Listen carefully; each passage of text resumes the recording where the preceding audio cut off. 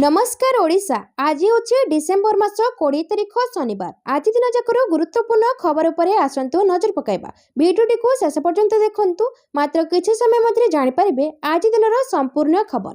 ता पूर्व चैनल नुआ थिले चैनल को सब्सक्राइब करी पाखरे थिबा बेल आइकन को ऑन करी रखंतु। परवर्ती खबर आहार केन्द्र रे खाइबा देखि रागी गले नगर उन्नयन मंत्री। कहिले यह प्रथम ओ शेष वार्निंग। आहार केन्द्र रे खाइबा देखि रागिगले नगर उन्नयन मंत्री। कोरापुट सुनाबेड़े खाद्य गुणवत्ता को नहीं रागिगले। निजे खाई आहार मान जांच करबा परे असंतोष प्रकाश कले मंत्री। डालमार डाली की परिबा नथिबा कही चेतावनी देले परिवर्तन हुओ नहेले या परे बातिल करिबी कहिले मंत्री। या प्रथम ओ शेष वार्निंग कही सेठारु फेरिले मंत्री। तांको सो कोरापुट विधायक रघुराम माछ एवं कोरापुट जिलापाल मनोज सत्यवान महाजन मध्य रही। आहार केन्द्र रे भात डालमा और आचार खाइछंती मंत्री। परवर्ती खबर ओडिशा एआई मिशन 2025-26 बजेट घोषणा। एणिके 41 विभाग रे शामिल हेबो एआई। भुवनेश्वर स्थित लोकसेवा कन्वेंशन हॉल रे रीजनल एआई इंपैक्ट कॉन्फ्रेंस अनुष्ठित हो जायछि। आज और आसंता काली 2 दिन धरी एही कार्यक्रम अनुष्ठित हेबो। इलेक्ट्रोनिक्स एवं सूचना प्रजुक्ति विद्या मंत्रालय घोषणा करछि जे शासन एवं सार्वजनिक सेवा रे कृत्रिम बुद्धिमत्तार अत्याधुनिक नियोजन को प्रदर्शन करबा पई ओडिशा सरकार सहयोग रे भुवनेश्वर रे रीजनल एआई इंपैक्ट कॉन्फ्रेंस अनुष्ठित होईछि। 18 रु 20 डिसेम्बर 3 दिन धरी आयोजित होईछि। एही कार्यक्रम रे मुख्य अतिथि भाबरे मुख्यमंत्री मोहन माझी वर्चुअली जोग देथिले। मान्यवर मुख्यमंत्री एही सम्मेलन ने एक्स रे ट्वीट करछन्ते जे कृत्रिम बुद्धिमत्ता एवं शासन व्यवस्थार सुधार और स्थायी विकास रे एक प्रमुख बाहक भाव में उभा होईछि। ओडिशा सरकार एआई को व्यवहार करी जनता को यथाशीघ्र सेवा प्रदान करिवे। एथिसह विभिन्न क्षेत्र में काम को सहज और सरल करबा सह नागरिक मानकु सशक्त करबा पई दृढ़ भाव प्रतिबद्ध। एआई इंपैक्ट कॉन्फ्रेंस ओडिशा रे इकोसिस्टम एवं राज्यर स्थिति को सुदृढ़ करिवो। या प्रजुक्ति विद्या को आहुरी मजबूत करबा सह भविष्य में ओडिशा को एक अग्रणी राज्य भाव में गढ़ी तोलिबो। परवर्ती खबर धान चोरी रखिबाकू मयूरभंज सीमारे हेबो चेक पोस्ट। मयूरभंज सीमारे धान चोरी रखिबाकू चेक पोस्ट हेबो। सीमारे चेक पोस्ट लगाइबाकू एसपी को चिठी लिखिसंती जिलापाल। धानर बेआईन परिवहन रखिबाकू सीमा को सील कर जैतिबा उक्त चिठी रे लेखा जायछि। सूचना थाउ कि वर्तमान 2025-26 वर्ष खरीफ धान संग्रह चलिछि। झारखंड और पश्चिम को बेआईन धान चालाण आशंका एपरी कड़ा पदक्षेप ग्रहण करा जायछि। एथि सहित पूर्वरु सीमारे प्रशासन पक्षरु सीसीटीवी लगा जायछि। परवर्ती खबर तहसीलदार मानकु मिलिला पुराना जमी कागजपत्र म्यूटेशन क्षमता। एसओपी जारी कला राजस्व विभाग। जमी जमा संबंधी दीर्घ दिन मामला को ह्रास करने ओडिशा राजस्व विभाग एक बड़ प्रशासनिक संस्कार आनी। पुराना पंजीकृत विक्रय दलिल आधार में जमीर म्यूटेशन को अनुमोदन करने तहसीलदार मानकु क्षमता प्रदान करा जायछि। गुरुवार राजस्व विभाग ओडिशा सर्वे एवं बंदोबस्त नियमावली 2025 अनुसार एक विस्तृत स्टैंडर्ड ऑपरेटिंग प्रोसीड्यूर जारी करिछि। एही पदक्षेप फल जमी मालिक माने रेविजनल कोर्ट किंबा राजस्व बोर्ड को न जाई सीधा सड़क तहसील कार्यालय रेकर्ड संशोधन करें। संशोधित नियम अनुसार जमी मालिक माने सीधा सड़क तहसील कार्यालय पुराना पंजीकृत विक्रय दलिल दाखल करी रेकर्ड संशोधन एवं म्यूटेशन पर आवेदन करें। तहसीलदार माने एसबु मामलार शुणाणी करबा एवं स्वाधीन भाव में आदेश पारित करने क्षमता प्राप्त होइछन्ति। परवर्ती खबर धान संग्रह समीक्षा। यज्ञ चाषी धान संग्रह प्रक्रिया बाद न पड़ा मंत्री गुरुत्वारोप। वर्तमान राज्य में चलित खरीफ ऋतु में धान संग्रह प्रक्रिया जारी रही। श्रृंखलित और सुसंगठित करने राज्य सरकार व्यापक व्यवस्था ग्रहण करछन्ति। राज्य में धान संग्रह प्रक्रिया प्रस्तुति वर्तमान स्थिति और अग्रगति संपर्क में खाद्य जोगाण और खाउटी कल्याण मंत्री श्री कृष्णचंद्र पात्रा अध्यक्षतार एक समीक्षा बैठक अनुष्ठित होईछि। वीडियो कॉन्फ्रेंसिंग माध्यम अनुष्ठित उक्त बैठक में विभागीय वरिष्ठ अधिकारी और समस्त जिलार जोगाण अधिकारी माने जोग देथिले। बैठक प्रारंभ में विभागीय प्रमुख शासन सचिव श्री संजय कुमार सिंह राज्य धान किणा संपर्क में अवगत कराइथिले। धान संग्रह निमंते चाषी पंजीकरण और टोकन प्रदान उपरे बैठक में आलोचना होइथिला। वर्तमान सुधा बरगढ़, बलांगीर, कलाहांडी, नुआपड़ा, संबलपुर, सुवर्णपुर और सुंदरगढ़ में धान संग्रह जारी रही। पर्यायक्रमे स्थानीय जिला प्रशासन निष्पत्ति अनुसार विभिन्न जिले धान संग्रह करा जिवो। परवर्ती खबर शेष हेबो इंस्पेक्टर राज। मुख्य शासन सचिव नेले बड़ निष्पत्ति। राज्य सरकार पक्षरु कार्यकारी होउथिबा विभिन्न प्रकल्प योजना एवं कार्यक्रम अनेक समय निर्दिष्ट समय सीमा मध्य शेष हो पारुना फल यार सुफल लोकों पाखरे विलंबरे पहुंचुछि। एने समीक्षा बेले गोटे कथा आसुछि यह तदारक प्रक्रिया भितर रही फल प्रकल्प कार्य आगे पारुना आगामी दिन में एसबू आउ बरदास्त कर इंस्पेक्टर राज शेष हेब एणिकी नीति आयोगर मार्गदर्शिका अनुଯାयी काम करने को पड़िबो बोली मुख्य शासन सचिव मनोज आहूजा सचिव मानक कहते। परवर्ती खबर एसआई परीक्षा स्काम 4 दिनिया रिमांड रे जिबे अभियुक्त पुलिस एसआई परीक्षा जालियाती मामला रे रिमांड रे जिबे 3 अभियुक्त 4 दिनिया रिमांड रे जिबे शंकर सुरेश स्वसागर एने स्वतंत्र सीबीआई कोर्ट अनुमति मिली झारपड़ा कारागार 3 जन को नहीं पचराउचरा करिबो तदंतकारी संस्था। एई 3 अभियुक्त एसआई अनियमिततार मुख्य कारपरदार बोली दर्शाई सीबीआई विशेषकर शंकर ठारू 1000 कोटी टंका डील प्रच्छद पटरे थिबा व्यक्ति भूमिका कौन थिला ता जानिबा पाई सीबीआई योजना करिछि। सुरेश ठारू मध्य अनेक प्रमाण जोगाड़ करिबो सीबीआई सेहिपरि आशाई ओ दलाल को 33 मोबाइल सीबीआई नेछि सेही फोन रो डिलीट होइतिबा डाटा रिकवरी पई एक संस्था को पठाइबो। परवर्ती खबर जन आक्रोश परे बदलिला बीजेडी रा आभिमुख्य विधायकों दरमा वृद्धि प्रसंग में पुनः विचार पई मुख्यमंत्री को चिठी राज्य में विधायकों दरमा अहेतुक भाव वृद्धि प्रसंग विधानसभा में आलोचना होता बेले केवल सीपीआईएम रो एकमात्र विधायक लक्ष्मण मुंडा यह विरोध करथिले बाकी 146 विधायक मन खुशी एकाठी बिल को समर्थन करथिले। एबे जनसाधारण यहाकु नै विरोध करबा परे निजर आभिमुख्य बदलाइछि बीजेडी विधानसभा में विधायकों दरमा वृद्धि नै बिल पारित पर प्रबल जन आक्रोश को दृष्टि रखी आभिमुख्य बदलाइछि बीजेडी विधायक मानक वर्धित दरमा भत्ता और पेंशन बिल पुनः विचार पई मुख्यमंत्री निकट में दाबी रखिछि बीजेडी विधानसभा बिल को समर्थन करथिले भी जन असंतोष को दृष्टि रखी यार पुनः विचार करने को दाबी कर दल पक्षर कहुଯାଇଛି। गत 9 तारिख में विधानसभा विधायक मानक दरमा और पेंशन को नहीं बिल पारित होइतिला किंतु एहा परे एहाको नहीं तीव्र असंतोष खूब विरोध रही जनसाधारण तेणु यह दृष्टि रखी विरोधी दल नेता तथा बीजेडी सुप्रीम नवीन पट्टनायक वर्धित दरमा न नेबाको मुख्यमंत्री को चिठी लिखिछंती। दल पक्षर कहुଯାଇଛି विरोधी दल नेता आज पर्यंत तांको दरमा केबे भी नेई नाहांती सब दरमा को साधारण लोकों काम लगाई आसिछंती सेथिपई दलर सभापति निर्देश क्रमे बिल पुनः विचार करने को मुख्यमंत्री को दाबी कराଯାଇଛି। परवर्ती खबर प्राइवेट चाकरी करथुवा लोकों पई बड़ खबर ईपीएफओ नेला बड़ पदक्षेप एबे हेबो बड़ फायदा घरोई क्षेत्र में कर्मचारी बड़ खबर आसी कर्मचारी भविष्य निधि पांठी संगठन ईडीएलआई योजना संपर्क में एक बड़ घोषणा करिछि। आसंतो जानिबा ईपीएफओ कौन स्पष्टीकरण जारी करिछि। कर्मचारी भविष्य निधि पांठी संगठन एक स्पष्टीकरण जारी करिछि जहाँ कर्मचारी जमा लिंक्ड बीमा योजना अधीन अंतर्भुक्त कर्मचारी परिवार को आश्वस्ति प्रदान करिपारिबो। ईपीएफओ स्पष्ट करिछि जे ईडीएलआई मृत्यु दाबी समाधान करने समय 2टी चाकरी मध्य पड़ुवा सप्ताहांत एवं घोषित छुट्टी को सेवारे विरति भाव में विवेचना कर ईपीएफओ कहिछि जे यह एक मामला सामना को आसी जोठारे गोटे ईपीएफ कभर होइतिबा कंपनी बाहर परिबा तारीख एवं अन्य एक कंपनी जोगदान करने तारीख मध्य शनिवार एवं रविवार सेवार विरति भाव में विवेचना कर फलस्वरूप अनेक कंपनी रे मोट 12 मासरू अधिक समय सेवा समाप्त करबा परे मध्य कर्मचारी मानकु ईडीएलआई लाभ प्रदान करा जाय नथिला। परवर्ती खबर विरोधी प्रबल हंगामा भितरे सरिला संसदर शीतकालीन अधिवेशन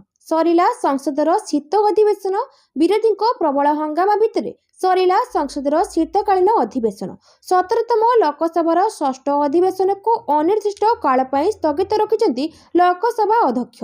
लोकसभा बाचस्पति ओम बिरला संसद भवन रे थिबा तांको चांबरे दलीय नेता एवं संसद सदस्यଙ୍କ सहित एक बैठक करथिले। प्रधानमंत्री नरेंद्र मोदी भारतीय जातीय कांग्रेस नेता तथा वायनाड एमपी प्रियंका गांधी भद्रा आजमगढ़ एमपी धर्मेंद्र यादव एवं घोसी एमपी राजीव राय समेत अन्य माने उपस्थित थिले। सूत्र अनुसार धर्मेंद्र यादव गृह अधिवेशन अवधि वृद्धि करने को दाबी करथिले। से कहिथिले अधिवेशन बहुत छोट थिला एवं एहाकु वृद्धि करा जिबा उचित। प्रधानमंत्री मोदी हसी हसी कहिथिले हाँ स्लोगन देबा पाई बैठक पर संसद परिसर में धर्मेन्द्र यादव मध्य प्रतिक्रिया प्रकाश करछंती। से कहछंती यह एक परंपरा रही आसी जे अधिवेशन शेष में बाचस्पति समस्त दल सहित एक बैठक करती। प्रधानमंत्री मोदी उपस्थित रही। अनेक विषय रे आलोचना होइथिला जहां आमे बाहर प्रकाश करि परिबो नाही। गतकालिठू मनरेगा योजनार नाम बदलाई बीबीजी रामजी परिवर्तन को विरोधी सांसद विरोध करि आसुछंती। बिल विरोधी विरोधी सदस्य राति सारा गृह बारे 12 घंटा धारणा देथिले।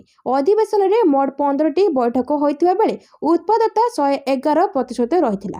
अधिवेशन समापन अवसर में सब दलर सांसदों सह आलोचना करछंती बाचस्पति ओम बिरला। परवर्ती खबर एड्स पे कमिशन दरमा पेंशन ठू ने डीए डीआर एरियर पर्यंत कर्मचारी एवं पेंशनभोगी पई आसिला 10टी बड़ अपडेट। केंद्र सरकारी कर्मचारी एवं पेंशनभोगी पई अष्टम वेतन कमिशन बहुत दिन धरी खबर रे रही। समस्ते जानिबाकू चाहती जे अष्टम वेतन कमिशन केबे लागू हेबो, कौन प्रकृति में दरमा एवं पेंशन रे एक गुरुत्वपूर्ण वृद्धि हेबो, दरमा केबे वृद्धि पाइबो, केते पेंशन लाभ मिलिबो एवं एबे महंगा भत्ता मूल दरमा रे जोड़ी जिवो कि नाही। सरकार संप्रति संसद रे अष्टम वेतन कमिशन संपर्क रे चलिथिबा कल्पना जल्पना रे जवाब देछंती, जहां वर्तमान चित्र स्पष्ट करिछि। तेणु यह केंद्र सरकारी कर्मचारी एवं पेंशनभोगी पई बहुत बड़ खबर। एही खबरटी गुरुत्वपूर्ण कारण यह सीधासलख आपणक बेसिक दरमा एवं महंगा भत्ता डीए सहित जड़ित। एसबू सीधासलख आपणक दरमा एवं पेंशन को प्रभावित करिवो। परवर्ती खबर नुआ वर्षरु गाड़ीर स्पीड उपरे लागिबो लगाम, ऑटोमेटिक कटिबो चालाण। जदि आपण राजपथ रे द्रुत गति रे गाड़ी चलाउछंती तेबे टिके सतर्क रुहंतु, कारण केंद्र सरकार एबे एमिति एक टोल सिस्टम आनिबाकू जाउछंती जहा द्वारा ना टोल प्लाजा रे अटकीबाकू पड़िबो ना जरिमानारो बर्ती जिबाकू सहज हेबो। वास्तव रे केंद्र सड़क परिवहन मंत्री नितिन गडकरी अनुसार 2026 सुधा देश रे एक सैटेलाइट आधारित टोल आदाय व्यवस्था कार्यकारी कराजिबो, जहा द्वारा गाड़ी गुड़िकर घंटा प्रति 80 किलोमीटर बेगरे टोल प्लाजा रे पार करि परिबे। नितिन गडकरी संसद रे कहछंती जे 2026 सुधा समस्त गाड़ी घंटा प्रति 80 किलोमीटर बेगरे न अटकी टोल प्लाजा दे जाई परिबे। गाड़ीर नंबर प्लेट एवं फास्टैग रो फोटो उठाइबा पाई हाई स्पीड कैमरा लगा जिवो। तापरे गाड़ी सहित लिंक होइथिबा बैंक अकाउंट रो सीधा सड़क टोल राशि कटा जिवो। यार अर्थ कोनसी नगद टंका नहीं, कोनसी बाधा नहीं एवं लंबा धाड़ी नहीं। प्रति खबर आहुरी 2 सप्ताह पर्यंत लागी रहिबो ठंडा, ठंडा लागी रहिबो। आहुरी 2 सप्ताह पर्यंत शीत कमिबा संभावना कम। प्रायतः राति तापमात्रा स्वाभाविक ठारू कम रहिबो। भारतीय पाणीपाग विभाग पक्षरु आगामी 2 सप्ताह पाई जारी पूर्वानुमान चित्ररू यह जना पड़िछि। अर्थात बड़दिन और ख्रीष्टमास पर्व सह नुआ वर्ष रे शीतरे थरिबो राज्यवासी। सेमिलीगुड़े बुधवार राति पारद छुईला 3.9 डिग्री, जी उदयगिरी तापमात्रा दिनक तले 6.6 डिग्री थिबा बेले या 5 डिग्री को खसी आसीछि। 10टी सहर रे पारद 10 डिग्री तलको खसी आसीथिबा बेले प्रायतः पारद 13 डिग्री भितरे थिला। उपकूल ओडिशा रे पारद 12 रु 14 डिग्री भितरे थिला। भुवनेश्वर 13.9 डिग्री और कटक 13.4 डिग्री थिला। 20 तारीख सकाळ पर्यंत सुंदरगढ़, झारसुगुड़ा, कालाहांडी, कंधमाल एवं संबलपुर कुहुड़ी संभावना रही। परवर्ती खबर भुवनेश्वर रे जरूरी अवतरण कला विमान। भुवनेश्वर रे जरूरी अवतरण कला विमान।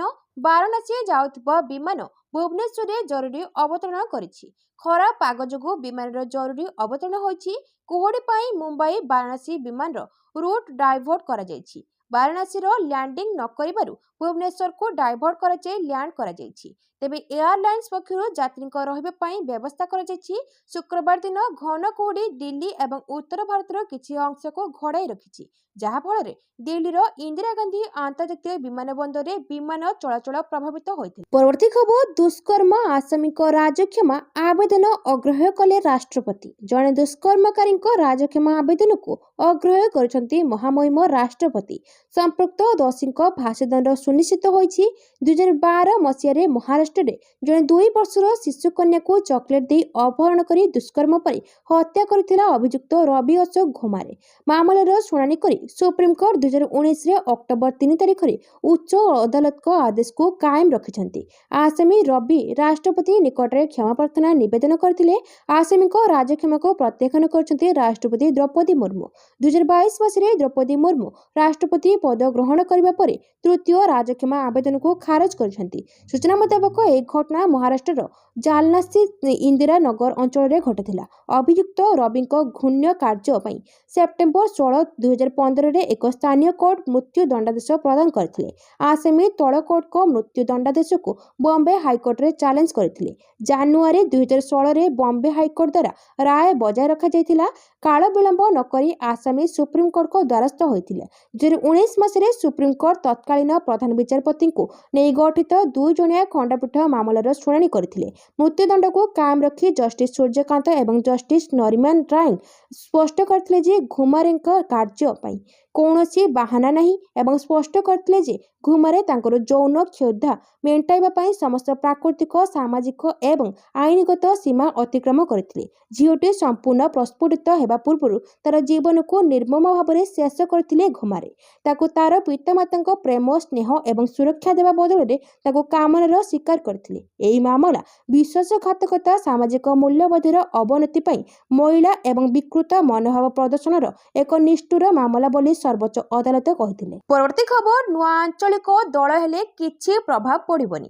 ଆଇନ ମନ୍ତ୍ରୀ ନୂଆ ଆଞ୍ଚଳିକ ଦଳ ହେଲେ କିଛି ପ୍ରଭାବ ପକାଇବନି କହିଲେ ଆଇନ ମନ୍ତ୍ରୀ ପୃଥ୍ୱୀରାଜ ହରିଚନ୍ଦନ। ନିଜ ସ୍ୱାର୍ଥ ସାଧନ ପାଇଁ କିଛି ଲୋକ ଏକାଠି ହୋଇ ନୂଆ ଦଳ ଗଢ଼ନ୍ତି। ଗଣତାନ୍ତ୍ରିକ ପ୍ରକ୍ରିୟାରେ ଏହାର କିଛି ପ୍ରଭାବ ପକାଇବନି। ଯାହାର ଇଚ୍ଛା ନୂଆ ରାଜନୈତିକ ଦଳ ଗଢ଼ନ୍ତୁ, କିନ୍ତୁ ପ୍ରଭାବ ପଡ଼ିବନି। ବିଗତ ଦିନରେ ଅନେକ ଦଳ ଗଢ଼ିଛି, ଭାଙ୍ଗିଛି। ରାଜନୈତିକ ଦଳ ଅପେକ୍ଷା ଲୋକେ ବିଶ୍ୱାସ କରନ୍ତି ପ୍ରଧାନମନ୍ତ୍ରୀ ଓ ମୁଖ୍ୟମନ୍ତ୍ରୀଙ୍କ ବିକାଶକୁ ଲୋକେ ବିଶ୍ୱାସ କରି ଆମ ସହ ଚାଲୁଛନ୍ତି। ପରବର୍ତ୍ତୀ ଖବର, ରେଳ ଯାତ୍ରୀଙ୍କ ପାଇଁ ଖୁସି ଖବର। ଏଣିକି ୱେଟିଂ ଟିକେଟ ବିନା କରିପାରିବେ ଯାତ୍ରା। ଯଦି ଆପଣ ପ୍ରାୟତଃ ଟ୍ରେନରେ ଯାତ୍ରା କରୁଛନ୍ତି ଏବଂ ଶେଷ ମୁହୂର୍ତ୍ତ ପର୍ଯ୍ୟନ୍ତ ୱେଟିଂ ତାଲିକା କିମ୍ବା RAC ଟିକେଟ ବିଷୟରେ ଚିନ୍ତିତ ଅଛନ୍ତି, ତେବେ ଆପଣଙ୍କ ପାଇଁ ଏକ ଖୁସି ଖବର ଅଛି। ଭାରତୀୟ ରେଳବାଇ ରିଜର୍ଭେସନ ଚାର୍ଟ ପ୍ରସ୍ତୁତି ସମୟରେ ଏକ ଗୁରୁତ୍ୱପୂର୍ଣ୍ଣ ପରିବର୍ତ୍ତନ କରିଛି। ଏହି ନୂତନ ନିୟମର ଲକ୍ଷ୍ୟ ଯାତ୍ରୀମାନଙ୍କୁ ଟିକେଟ ନିଶ୍ଚିତକରଣ ବିଷୟରେ ସମୟାନୁସାରେ ସୂଚନା ପ୍ରଦାନ କରିବା ଏବଂ ଅନାବଶ୍ୟକ ଚାପ ହ୍ରାସ କରିବା। ରେଳ ମନ୍ତ୍ରଣାଳୟ କହିଛି ଯେ ଦୂରଦୂରାନ୍ତର ଯାତ୍ରା କରୁଥିବା ଯାତ୍ରୀମାନେ ବିଶେଷ ଅସୁବିଧାରେ ସମ୍ମୁଖୀନ ହୁଅନ୍ତି। ଅନେକ ଦୂରଦୂରାନ୍ତର ଅଞ୍ଚଳରୁ ଯାତ୍ରା କରନ୍ତି ଏବଂ ଶେଷ ମୁହୂର୍ତ୍ତ ପର୍ଯ୍ୟନ୍ତ ସେମାନଙ୍କର ଟିକେଟ ନିଶ୍ଚିତ ହୋଇଛି କି ନାହିଁ ଜାଣିନାହାନ୍ତି। ଏହି ସମସ୍ୟାର ସମାଧାନ ପାଇଁ ରେଳବାଇ ପୂର୍ବରୁ ପ୍ରଥମ ସଂରକ୍ଷଣ ଚାର୍ଟ ପ୍ରସ୍ତୁତ କରିବାକୁ ନିଷ୍ପତ୍ତି ନେଇଛି। ନୂତନ ନିର୍ଦ୍ଦେଶାବଳୀ ଅନୁସାରେ ସକାଳ 5ଟା 1ରୁ ଅପରାହ୍ନ 2ଟା ମଧ୍ୟରେ ଛାଡ଼ିବା ଟ୍ରେନ୍ ପାଇଁ ପ୍ରଥମ ସଂରକ୍ଷଣ ଚାର୍ଟ ଏବେ ପୂର୍ବ ଦିନ ରାତି 8ଟା ସୁଦ୍ଧା ପ୍ରସ୍ତୁତ କରାଯିବ। ଏହା ଯାତ୍ରୀମାନଙ୍କୁ ପୂର୍ବ ରାତି ଜାଣିବାକୁ ଅନୁମତି ଦେବ ଯେ ସେମାନଙ୍କର ଟିକେଟ ନିଶ୍ଚିତ ହୋଇଛି କି ନାହିଁ, RACରେ ଅଛି କି ନାହିଁ କିମ୍ବା ଅପେକ୍ଷା ତାଲିକାରେ ଅଛି କି ନାହିଁ। ଏହି ନୂତନ ନିୟମ ଅପରାହ୍ନ 2ଟା 1ରୁ ରାତି 11ଟା 59 ମଧ୍ୟରେ ଛାଡ଼ିବା ଟ୍ରେନ୍ଗୁଡ଼ିକ ପାଇଁ ମଧ୍ୟ ଲାଗୁ ହେବ। ପରବର୍ତ୍ତୀ ଖବର, ଜେଲ୍ ଗଲେ ଅବସରପ୍ରାପ୍ତ ଅମିନ। ଜମି ମାପଚୁପ ମାମଲାରେ ଲାଞ୍ଚ ନେବା ଅଭିଯୋଗରେ ଦୋଷୀ ସାବ୍ୟସ୍ତ। ଲାଞ୍ଚ ନେବା ମାମଲାରେ ଜେଲ୍ ଗଲେ ଅବସରପ୍ରାପ୍ତ ଅମିନ ଶ୍ରୀ ସାହୁ ମେହେର। ସୁବର୍ଣ୍ଣପୁର ଜିଲ୍ଲାର ତରଭା ତହସିଲ ଅଧୀନରେ କାର୍ଯ୍ୟରତ ଅବସରପ୍ରାପ୍ତ ଅମିନ ଶ୍ରୀ ସାହୁ ମେହେର ଲାଞ୍ଚ ନେବା ମାମଲାରେ ଦୋଷୀ ସାବ୍ୟସ୍ତ ହୋଇଛନ୍ତି। ଶୁକ୍ରବାର ବଲାଙ୍ଗୀର ଭିଜିଲାନ୍ସ ବିଶେଷ ଅଦାଲତ ତାଙ୍କୁ ଜମି ମାପଚୁପ କାମ ପାଇଁ ଲାଞ୍ଚ ନେବା ଅଭିଯୋଗରେ ଦୋଷୀ ସାବ୍ୟସ୍ତ କରିଛନ୍ତି। କୋର୍ଟ ଶ୍ରୀ ମେହେରଙ୍କୁ 4 ବର୍ଷ କଠୋର କାରାଦଣ୍ଡ ସହ ଜରିମାନା ଘୋଷଣା କରିଛନ୍ତି, ଯାହାପରେ ତାଙ୍କୁ ତୁରନ୍ତ ଜେଲକୁ ପଠାଯାଇଛି। ଓଡ଼ିଶା ଭିଜିଲାନ୍ସ ପକ୍ଷରୁ ତାଙ୍କ ଦୋଷ ସାବ୍ୟସ୍ତ ହେବା ପରେ ଶ୍ରୀ ସାହୁ ମେହେରଙ୍କ ପେନ୍ସନ ବନ୍ଦ କରିବା ପାଇଁ କ୍ଷମତାପ୍ରାପ୍ତ ଅଧିକାରୀଙ୍କୁ ପ୍ରସ୍ତାବ ପଠାଯିବ ବୋଲି ସୂଚନା ଦିଆଯାଇଛି। ପରବର୍ତ୍ତୀ ଖବର, ବାଂଲାଦେଶରେ ପାକିସ୍ତାନର 8 ଆତଙ୍କବାଦୀ ସଂଗଠନ ଆକ୍ଟିଭ। ଜଳୁଛି ପୁରା ଦେଶ, ଭାରତ ସୀମା ନିକଟରେ କ୍ୟାମ୍ପ। ପୁଣି ଥରେ ବାଂଲାଦେଶ ଅଶାନ୍ତ, ଚାରିଆଡ଼େ ଜଳୁଛି ନିଆଁ, ନଷ୍ଟ ହେଉଛି ସରକାରୀ ସମ୍ପତ୍ତି। ଜୁଲାଇ ବିଦ୍ରୋହର ପ୍ରମୁଖ ନେତା ଶରୀଫ ଉସ୍ମାନ ହାଦିଙ୍କ ହତ୍ୟା ପରେ ରାସ୍ତାରେ ବିକ୍ଷୋଭ, ନାରାବାଜି ଚାଲିଥିବା ବେଳେ ରାସ୍ତାଘାଟ ବନ୍ଦ ପଡ଼ିଛି। ଆଉ ଏହାର ସୁଯୋଗ ନେଉଛନ୍ତି ପାକିସ୍ତାନ 8 ଆତଙ୍କବାଦୀ ସଂଗଠନ, ଯେଉଁମାନେ ବାଂଲାଦେଶର ଏମିତି ସ୍ଥିତିରେ ସେଠାର ଆକ୍ଟିଭ ହୋଇଯାଇଛନ୍ତି। ଏହି 8 ଆତଙ୍କବାଦୀ ସଂଗଠନଙ୍କ ମଧ୍ୟରୁ ଗୋଟିଏ ତ ଭାରତ ସୀମା ନିକଟରେ ନିଜର କ୍ୟାମ୍ପ ପକାଇ ସାରିଛି। ସୂଚନାଯୋଗ୍ୟ, ହାଦିଙ୍କୁ ଡିସେମ୍ବର 12 ତାରିଖରେ ଗୁଳି ମାରି ହତ୍ୟା କରାଯାଇଥିଲା। ରାଜଧାନୀ ଡାକାର ପୁରୁଣା ପଲ୍ଟନ ଅଞ୍ଚଳ ବକ୍ସ କଲଭର୍ଟ ରୋଡରେ ସେ ଇ ରିକ୍ସାରେ ଥିବାବେଳେ ତାଙ୍କୁ ଗୁଳି ମରାଯାଇଥିଲା। ନିର୍ବାଚନ ପ୍ରଚାର ବେଳେ ହାଦି ଏହି ରିକ୍ସାରେ ବସିଥିଲେ। ତାଙ୍କ ମୁଣ୍ଡକୁ ଲକ୍ଷ୍ୟ କରି ଗୁଳି ମରାଯାଇଥିଲା। ଏହାପରେ ତାଙ୍କୁ ଚିକିତ୍ସା ପାଇଁ ସିଙ୍ଗାପୁର ନିଆଯାଇଥିଲା। ସେଠାରେ ଗତକାଲି ତାଙ୍କର ମୃତ୍ୟୁ ଘଟିଥିଲା। ବାଂଲାଦେଶ ଜଳୁଥିବା ବେଳେ ପାକିସ୍ତାନୀ ଆତଙ୍କବାଦୀକୁ ନେଇ ଆସିଥିବା ସୂଚନା ଭାରତ ପାଇଁ ଚିନ୍ତା ବଢ଼ାଇ ଦେଇଛି। ଦେଶରେ 8ଟି ଲୋକେସନରେ ପାକିସ୍ତାନୀ ଆତଙ୍କବାଦୀ ସଂଗଠନ ଆକ୍ଟିଭ ହୋଇଯାଇଛନ୍ତି। चट्टगांव लालखान लोकेशन रे पाकिस्तानी आतंकवादी संगठन अनासर अल इस्लाम और लश्कर ए तैयब एक्टिव होती। सूचना अनुसार हारून इजहार और पूर्व मेजर जिया ए संगठन को चलाउछंती। परवर्ती खबर सुप्रीम कोर्ट को टिप्पणी शेष ओभर छक्का मारुछंती विचारपति शुणाउछंती घन घन राय। न्यायपालिका भ्रष्ट आचरण को नहीं सुप्रीमकोर्ट परोक्ष भाव एक गुरुत्वपूर्ण टिप्पणी देछंती। भ्रष्टाचार ना न नहीं प्रधान विचारपति जस्टिस सूर्यकांत, जस्टिस जयमाल्या बागची एवं जस्टिस विपुल एम पंचली खंडपीठ कहिथिले अवसर ठीक पूर्व बाह्य कारण प्रभावित होई विचारपति माने घन घन फैसला शुणाइबाकू दुर्भाग्यजनक। केते जण विचारपति अवसर नेबार किछि दिन पूर्व बहु अधिक आदेश देवा प्रवृत्त बढ़ुची। सेमाने एपरि आदेश शुणा लगुचे जेपरी मैच शेष ओभर छक्का मारुछंती। न्यायिक अधिकारी एपरी प्रवृत्ति चिंताजनक बोली सीजीआई कहते। मध्यप्रदेश जड़े प्रमुख जिला जज पिटिशन उपर शुणाणी बेले सुप्रीमकोर्ट बुधवार उद्देश्य टिप्पणी देछंती। जज जनक हाईकोर्ट एक राय को सुप्रीमकोर्ट चैलेंज करथिले। अवसर मात्र 10 दिन पूर्व सस्पेंड कर दिया जायथिला। जज जनक 2टी आदेश पारित करथिले। से आदेश संदेहजनक थिबा जणा पड़िबा परे तांको विरोध कार्यानुष्ठान ग्रहण कर सूचना अनुसार पिटिशन करथिबा जज नवेम्बर 30 रे अवसर नहीं थांते। न्यायिक आदेश आधार में नवेम्बर 19 तांकर निलंबन कर जायथिला। तांको वकील विपिन सांघी कहिथिले जज को पूरा कैरियर दागहीन रहिथिला। जज को वार्षिक रिपोर्ट रे तांको उच्च रेटिंग मिलिछि। तांकर जे आदेश उपरे आपत्ति थिला ताको हाईकोर्ट रे अपील जरिए सुधार करा जाय पारिथांता, किंतु यह बदल रे जणे न्यायिक अधिकारी को किपरि निलंबन करा जाय परिबो। परवर्ती खबर दिल्ली रे प्रदूषण कम हेबार ना धरुनी। दिल्ली रे प्रदूषण कम हेबार ना धरुनी। दिल्ली रे आज 400 पार करिछि एक्यूआई। केंद्रीय प्रदूषण नियंत्रण बोर्ड अनुसार 15टी मॉनिटरिंग स्टेशन रीडिंग 400 अतिक्रम करथिबा रिपोर्ट करिछि। 24 घंटार हाराहारी एक्यूआई 400 रहिछि, जहा शहर को लगातार 11तम दिन पई अति खराब वर्ग रे रखिछि। जरूरीकालीन प्रदूषण उपरे कटकणा कड़ाकड़ी हेले मध्य दिल्ली एनसीआर किछि स्थान रे एक्यूआई 400 उपरे दिल्लीर समस्त मॉनिटरिंग स्टेशन रु प्रकृत समय रे वायु गुणवत्ता रीडिंग प्रदान करथिबा सीपीसीबी रो समीर आप सूचित करछि जे 38टी सक्रिय स्टेशन मध्य 15टी रे गंभीर वायु गुणवत्ता रेकर्ड करा जायछि। परवर्ती खबर इग्नोरे नाम लेखा आरंभ। इंदिरा गांधी राष्ट्रीय मुक्त विश्वविद्यालय पक्षर जनवरी 2026 शिक्षा सत्र पाई विभिन्न पाठ्यक्रम रे नाम लेखा प्रक्रिया आरंभ होईछि। छात्र छात्री माने आसंता जनवरी 31 पर्यंत नाम लेखाई परिबे बोली सूचना दैछंती। विभिन्न कारणरू अधरू पाठ छाड़िथिबा किंबा उच्च शिक्षार सुजोग वंचित जेकोसी बयसर व्यक्तिंक पई इग्नो एही सुवर्ण सुजोग प्रदान करुछि। इग्नोर समस्त विभागर under graduate, post graduate, PG diploma एवं सर्टिफिकेट प्रोग्राम रे नाम लेखा सुविधा रही। अंडर ग्रेजुएट प्रोग्राम अंतर्गत कला, विज्ञान और वाणिज्य विभाग रे नाम लेखा अनुसूचित जाति और जनजाति आवेदनकारी नाम लेखा देय और पुनः पंजीकरण देय बाबद 50% छाड़ कर यदि कौन अनुसूचित जाति और जनजातीय छात्र छात्री अन्य सूत्र रिहातिर सुविधा पाउथिबे तेबे से माने इग्नो पक्षरु दिया जाउथिबा रिहाती पाइबाकू योग्य विवेचित हेबे नाही। परवर्ती खबर अर्जेंटीना फैन क्लब रो सभापति विरोध में 50 कोटी टंकार मानहानि मोकदमा कले सौरभ गांगुली। पूर्वतन भारतीय अधिनायक सौरभ गांगुली कोलकातार अर्जेंटीना फैन क्लब रो सभापति उत्तम शाह विरोध में मानहानि मामला दायर करछंती। 50 कोटी मानहानि मोकदमा कले पूर्वतन भारतीय क्रिकेट टीम अधिनायक Sourav Ganguly. Kolkata Argentina fan club रो सभापति उत्तम शाह विरोध में मानहानि मोकदमा करछंती सौरभ। मेसी कोलकाता गस्तरे विभ्राट पई सौरभ को विरोध में उत्तम को अभियोग पर कठोर पदक्षेप निछंती सौरभ। गत 13 डिसेम्बर 2025 रे फुटबॉल तारका लियोनेल मेसी कोलकातार सल्टलेक स्टेडियम को आसीथिले। मात्र एही कार्यक्रम रे प्रबल विशृंखला देखा देथिला। मेसी मात्र 22 मिनिट पई पड़िया को आसीबारु दर्शक माने उत्तेक्त होई स्टेडियम रे प्रबल भंगारुजा करथिले। प्राय 2 कोटी टंकार संपत्ति नष्ट होइतिला। तेबे कार्यक्रम परे उत्तम शाह वीडियो साक्षात्कार रे अभियोग करथिले जे कार्यक्रमर आयोजक शतद्रु दत्तक सह गांगुली को संपर्क अछि एवं से जणे मध्यस्थी भावे काम करथिले। सौरभ गांगुली एही अभियोग को संपूर्ण मिथ्या और मनगढ़ा बोली कहिसंती। ସେ କହିଛନ୍ତି ଯେ ସେ କେବଳ ଜଣେ ଅତିଥି ଭାବେ ସେଠାକୁ ଯାଇଥିଲେ ଏବଂ ଆୟୋଜନ ସହ ତାଙ୍କର କୌଣସି ସମ୍ପର୍କ ନାହିଁ। ନିଜର ସମ୍ମାନ ରକ୍ଷା ପାଇଁ ସେ କୋଲକାତା ପୋଲିସର ସାଇବର ସେଲରେ ଅଭିଯୋଗ କରିବା ସହ କ୍ଷତିପୂରଣ ଦାବି କରିଛନ୍ତି। ପରବର୍ତ୍ତୀ ଖବର, ପ୍ରତିବର୍ଷ ଦେଶ ଛାଡୁଛନ୍ତି 2 ଲକ୍ଷ ଭାରତୀୟ। ଚଳିତ ଶୀତକାଳୀନ ଅଧିବେଶନ ସମୟରେ ଏହି ତଥ୍ୟ ସଂସଦରେ ଉପସ୍ଥାପିତ ହୋଇଛି। ଏଥିରେ ଦର୍ଶାଯାଇଥିଲା ଯେ 2011ରୁ 2024 ମଧ୍ୟରେ 20,06,000 ଭାରତୀୟ ସେମାନଙ୍କର ନାଗରିକତା ପରିତ୍ୟାଗ କରିଛନ୍ତି। ଏହାର ପ୍ରାୟ ଅଧା ଗତ 5 ବର୍ଷ ମଧ୍ୟରେ କୋଭିଡ-19 ମହାମାରୀ ସମୟରେ ଓ ପରେ ଘଟିଛି। ଏହି 14 ବର୍ଷ ମଧ୍ୟରେ ପ୍ରାୟ 1 ଦଶନ୍ଧି ଧରି ବାର୍ଷିକ ସଂଖ୍ୟା ପ୍ରତିବର୍ଷ 1.2 ଲକ୍ଷରୁ 1.45 ଲକ୍ଷ ଭାରତୀୟ ସେମାନଙ୍କର ନାଗରିକତା ପରିତ୍ୟାଗ କରିଥିବା ଏକ ସଂକୀର୍ଣ୍ଣ ବନ୍ଧନୀ ମଧ୍ୟରେ ରହିଛି।